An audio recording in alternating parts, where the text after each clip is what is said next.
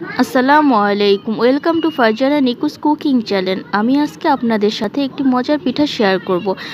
1.5 cup আটা এবং একটা ডিম দিয়ে যে পিঠাটা বানানো যায়, এবং আর যা যা লাগে সবই আমাদের ঘরে থাকে, এটা আমরা সবাই ইউজ করতে পারবো। যাই হোক, এটা খুবই মজার একটা পিঠা, মুচমুচে একটা পিঠা হবে। আমার সঙ্গে থাকুন এবং আমার ভিডিওটি দেখতে থাকুন।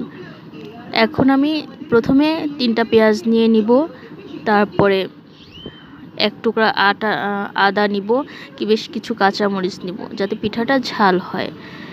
এবং এই জিনিসগুলো আমি কুচি কুচি করে নিব, এবং আমার কুচি কুচি করা হয়ে গিয়েছে।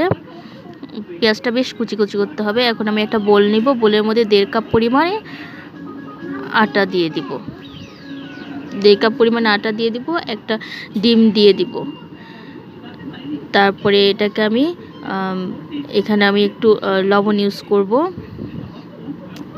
এখানে আমি অল্প পরিমাণে লবণ ইউজ করব, কারণ আমি যে আদা, পেঁয়াজ, কাঁচামরিচ এগুলো মিক্সড করার সময় আরেকটু লবণ ইউজ করব।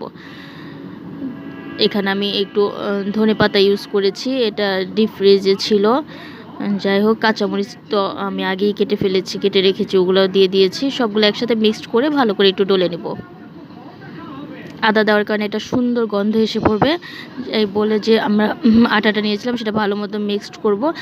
আমরা হাফ টি চামচ বেকিং পাউডার দিয়ে দিব। সোডাও ইউজ করা যায়, বাট আমি পাউডার ইউজ করেছি। তারপর এটাকে ভালো মতো সব কিছু মিলে মিক্সড করে ফেলবো।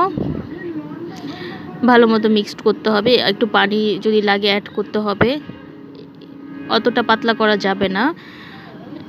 যাই হোক, তারপরে আমি এটার মধ্যে হাফ টি চামচ পরিমাণ মরিচের গুঁড়া ইউজ করবো, যাতে কালারটা ভালো আসে, যাতে পিঠা ভাজার সময় এটা সাদা সাদা না থাকে। একটা প্যানে তেল নিয়ে গরম করতে থাকবো। গরম তেলের মধ্যে আমি একটু একটু করে আটার গুঁড়াটা দিয়ে দিব। দেখুন আমি কিভাবে দিচ্ছি। এটা উল্টাপাল্টা করে দিব। তারপরে যে আমাদের আল্লাহর মধ্যে সুন্দর একটা কালারে ভাজা হয়ে গেছে। দেখুন কি সুন্দর পিঠা হয়েছে।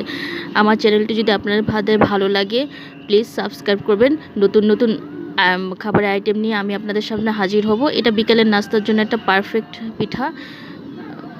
আমাকে উৎসাহ দিবেন, সাবস্ক্রাইব করবেন, কমেন্টস করবেন, লাইক দিবেন, এবং আরও নতুন নতুন আইটেম দেখাবো, আপনাদের খাবারের আইটেম দেখাবো ইনশাআল্লাহ।